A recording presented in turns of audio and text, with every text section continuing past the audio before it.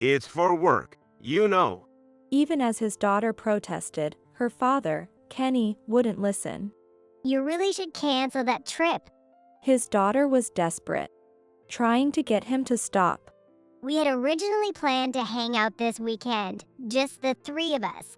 I even turned down an invitation from my friends for this. Hearing his daughter's plea, Kenny seemed to feel a bit guilty. However, unfortunately, it didn't look like he was going to cancel. Of course, I had adjusted my work schedule to make plans for the weekend, so I couldn't help but give Kenny a stern look. Is this trip really so important that he can't cancel it even at his only daughter's earnest request? During weekends, it's usually golf outings for client entertainment or working overtime for a holiday shift. This weekend was supposed to be our chance to finally go out together, just the three of us. Kenny looked at me with eyes that seemed to plead, "Understand me, will you?" No way, I thought, feeling really disillusioned with my husband. I'm Emily Miller, 38 years old. I live with my husband Kenny and our daughter Hannah. We bought a condo near my workplace, and we've been living happily together. Kenny works for a well-known corporation. It seems that he, being of a certain age, is gradually being entrusted with larger projects as a mid-level employee. I work for a company that does business with his corporation. After returning from maternity leave, I'm now holding a decent position. Since we both work, we're financially comfortable, able to travel together or dine out. Our daughter Hannah is also sincere, and I believe she's a good kid even without being a doting parent. Kenny adores her, and unlike what you often hear, she doesn't dislike her father at all. We've lived our lives in gratitude every day. However, it hasn't all been good. Kenny doesn't do any household chores. I can understand if I were on maternity leave and home all day. But nothing changed even after I returned to work.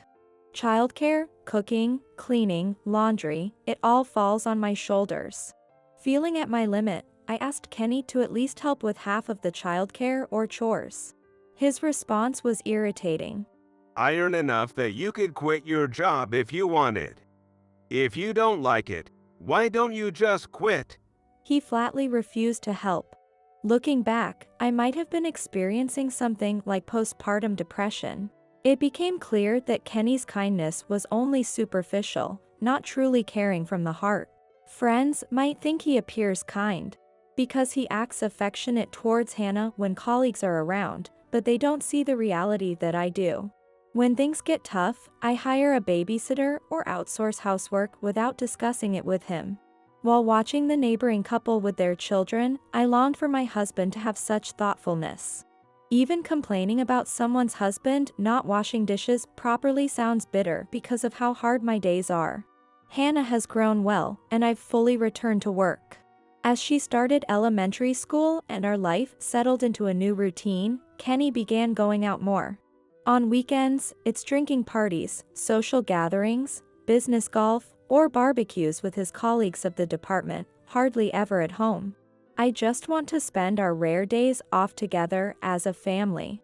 I want to go on outings as a family. I want to go out with Daddy. Hannah has started to plead with me.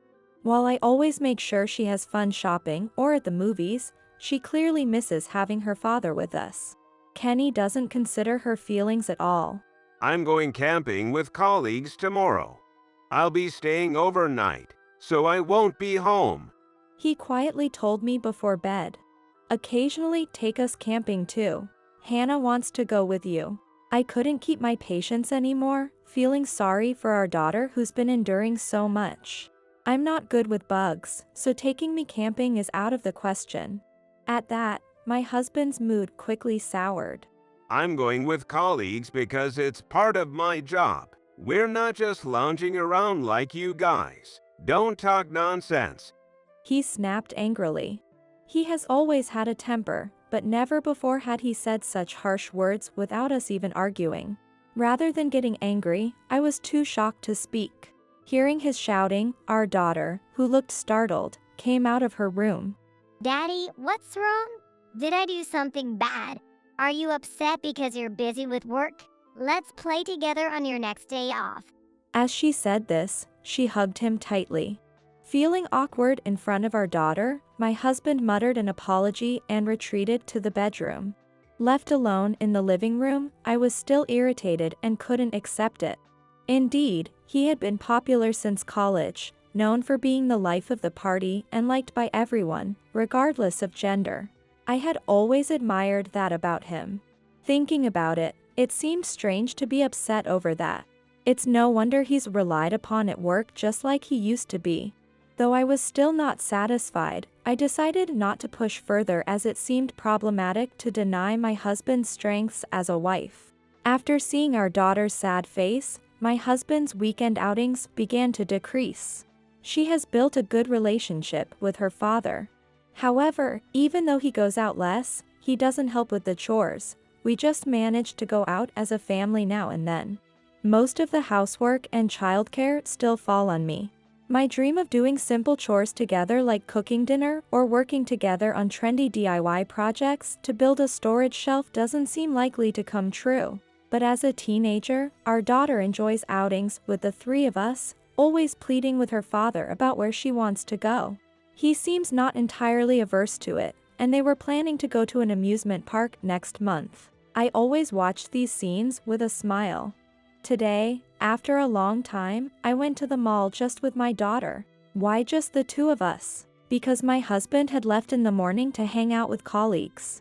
Shopping with my daughter was a blast, just like hanging out with a sister, laughing and checking out various stores.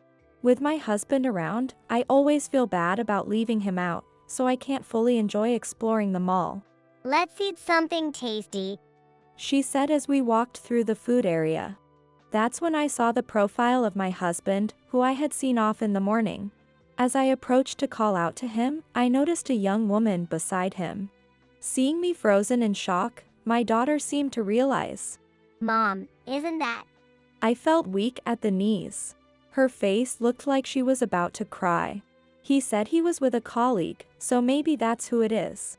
Trying to stay calm, I spoke to her. That can't be right. Even I can see it. It's obvious Dad is cheating. I didn't tell you, but I've suspected it for a while now. Her words shocked me even more.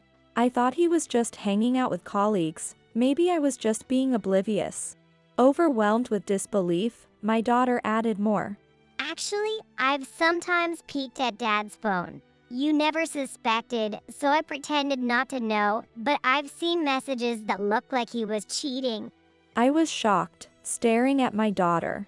She knew but had pretended everything was normal for my sake. It wasn't my fault, but I felt an immense guilt toward her. Look, Mom, now's our chance. We need to catch him in the act and gather some evidence. We can decide what to do after that. Unable to accept reality, she pulled me along as we followed my husband. He was sitting at a travel agency counter with that woman. To avoid detection, my daughter and I walked past the area, only to find a page from a Florida travel brochure open. They were leaning in close, laughing quietly as if they were planning a romantic getaway. He's never even discussed going on a trip with us, but he seemed happy to be planning one with his affair partner. It was heartbreaking, considering how happy he used to be just going to the local amusement park. I wanted to scream out loud, but in front of my daughter, I couldn't, and my mind went blank. I don't even remember how we got home. They say extreme shock can cause memory loss, and that was exactly what happened. Lately, Dad's been saying he has sudden business dinners and will come home late, so we should go to bed first. Sorry. Only upon hearing the voice of my daughter did I snap back to reality. Half a month later, I'm going on a trip for a week starting tomorrow. he said it nonchalantly. When I asked where, he said it was a company retreat. In my mind, I muttered, so it's that cheating trip. It's sudden, isn't it? Who are you going with? I almost confronted him, but asked calmly as usual. It's a work trip, a company outing. I'm going with the usual colleagues. Must have forgotten to tell you. He continued to feign ignorance. While inwardly calling him a big liar, I was curious to see how he would lie his way out. Hearing us, my daughter came over. Dad, what are you talking about all of a sudden? Didn't you promise to hang out with me tomorrow? She must have realized it was the cheating trip. She tried to stop him, talking more earnestly than usual. Her desperate plea didn't work this time. In the past, persuading by my daughter had been foolproof, but it seems impossible today. It's a work obligation. My husband maintained his innocence. You really should cancel that trip. My daughter pressed him again to cancel it. I listened to their exchange with a pounding heart. Sorry, let's go when I have a day off from work. These work obligations are important too. With that one statement, something inside me snapped. Not only my daughter, but I too had hoped to let his affair go if he had taken this advice into consideration. I felt no anger, pain, or sadness anymore. It was more like a sense of emptiness, as if a hole had opened up in my heart. Unaware of our feelings, my husband started packing for his trip tomorrow. He left early the next morning. A week later, he returned late at night. He seemed in high spirits, possibly influenced by a bit of alcohol. Samuel, my colleague, you see. He began with what seemed like a fabricated story.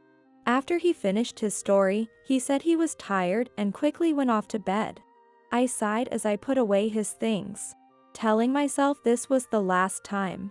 The next day, still looking tired, he said, "Wonder if everyone at work is doing well," and left for work, unaware of what awaited him. An hour later, around the time I figured he would have reached work, my phone rang. What did you do at work? When I got there, they told me I was fired. His voice is pretty furious. He must have been summoned by his boss and given a severe scolding. Plus, he was probably given cold looks from his subordinates as well. It was expected since I had made sure to lay the groundwork while he was away.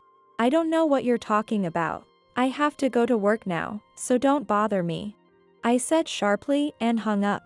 I figured he must know I was feigning ignorance, but I was tired of being nagged over the phone. A few hours later, my husband stormed into my workplace. I was told I'm fired because I went on an unauthorized trip with another woman for a week. What's this about? Rewind to half a month earlier. Still reeling from the shock, my daughter had said to me, Mom, I'm on your side. I've even taken photos of the affair messages to help if needed. It seems that his guard was down in front of our daughter, as he was boldly looking at messages exchanged with the affair partner. Upon seeing that, it appears my daughter took a photo of them with her own phone. Of course, she remembered his password and had monitored him while he was away. All without showing any signs, always appearing cheerful around him. I was surprised at how much my daughter had grown without my realizing. I thought she was still a sweet little girl who needed me, but she had been watching out for me in her own way. On the other hand, all trust one had in my husband was gone. I thought he was just being the life of the party at work, but I had been deceived all along. The realization made me feel ridiculous and too humiliated to even cry. From that anger, my daughter and I discussed and started the process of getting a divorce.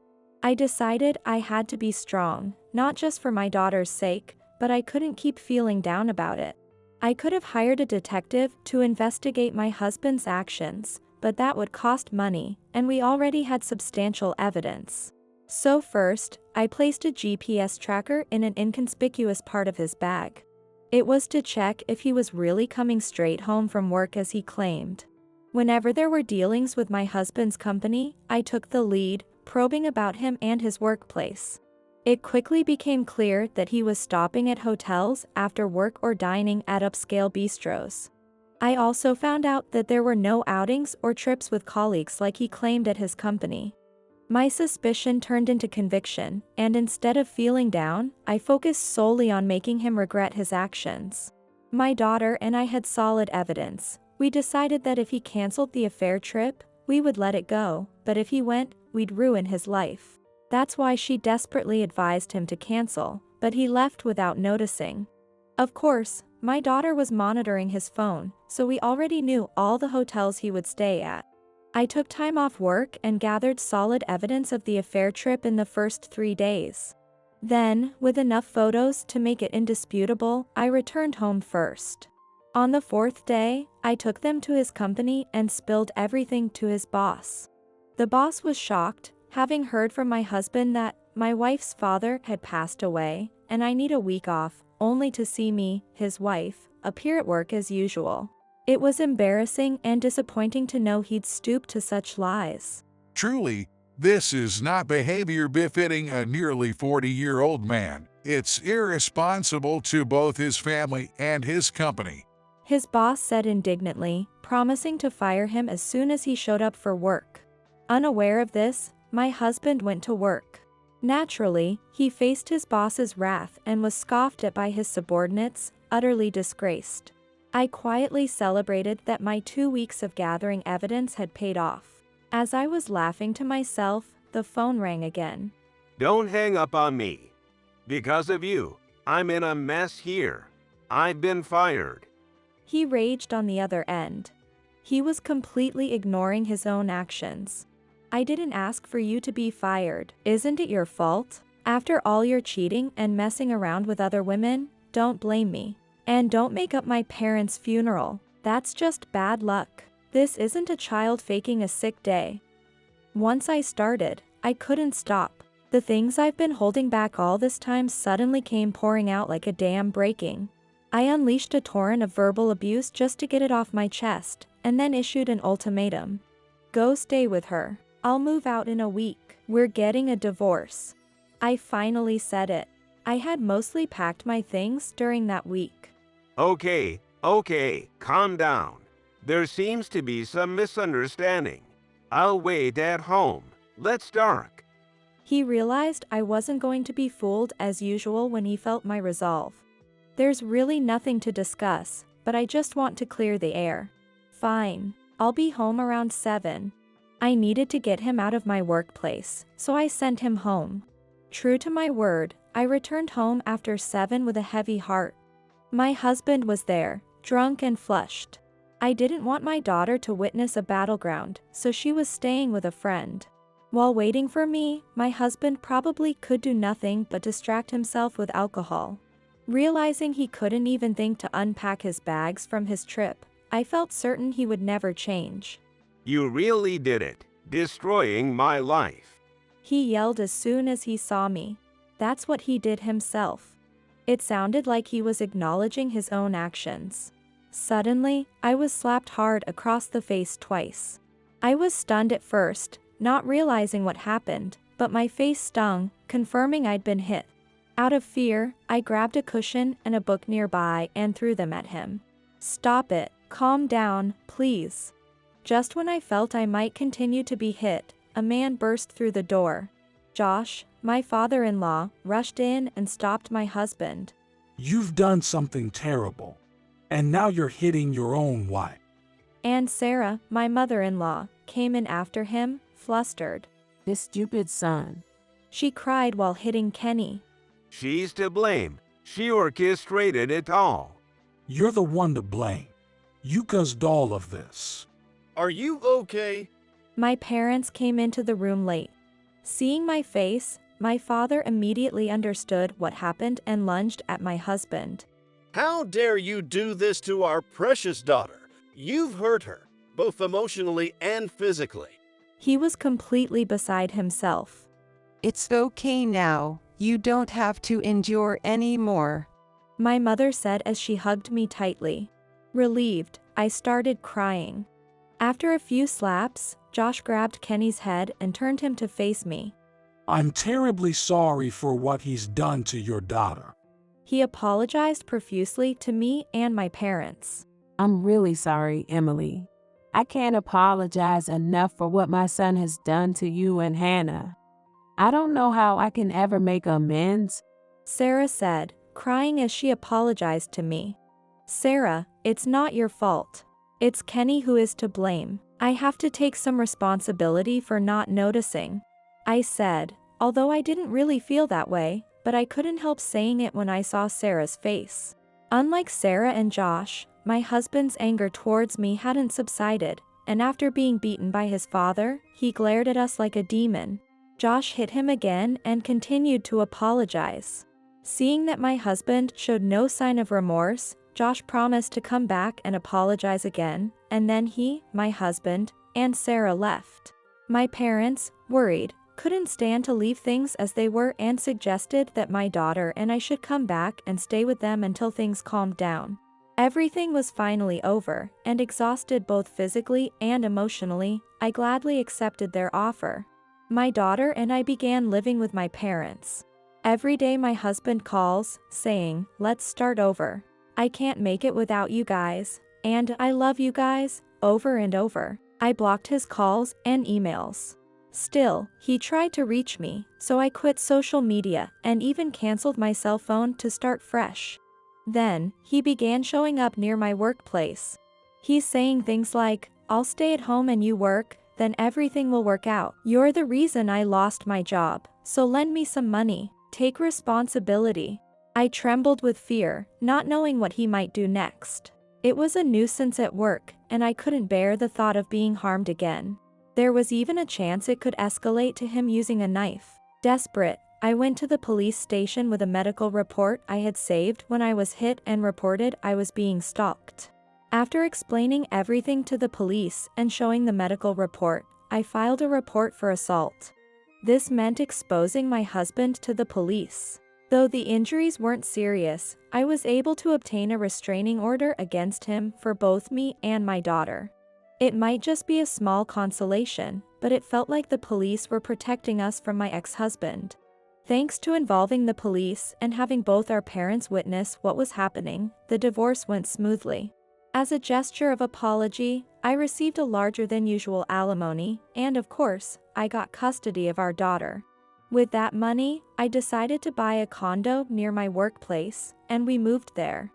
I plan to receive child support payments from him every month. The reason it's just a plan is that after being fired, my ex-husband hasn't been successful in finding a new job. He was always more about delegating to others than doing actual work, which, unfortunately, hasn't served him well in securing new employment. He can't seem to hold down a job for long. Josh and Sarah have offered to pay child support instead, but I want to draw a line there. Certainly, for Josh and Sarah, who consider their only granddaughter very dear, I won't stop them from visiting her regularly and providing some gifts. While I can't accept a large sum of money, I believe it's a win-win situation for both Hannah and my in-laws to receive presents like the clothes she desires. I even hope for them to continue this good relationship in the future. Now that everything has settled down and we've moved into the new condo, my daughter and I support each other and live our daily lives together. I've been entrusted with more responsibility at work, and my income has significantly increased. We live comfortably, just the two of us, without needing anyone's help.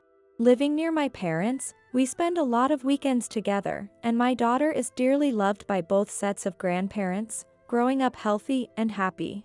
My kind daughter wants to become a nurse and is studying for college entrance exams. Recently, I met a serious-minded man at work, and we've started going to cafes together occasionally. I'm thinking of having him meet my daughter once I'm more certain about him. My daughter is about to celebrate her 20th birthday. As we choose her birthday gift together, I am touched by how much she has grown. Going forward, I look forward to continuing our close and fulfilling life as mother and daughter.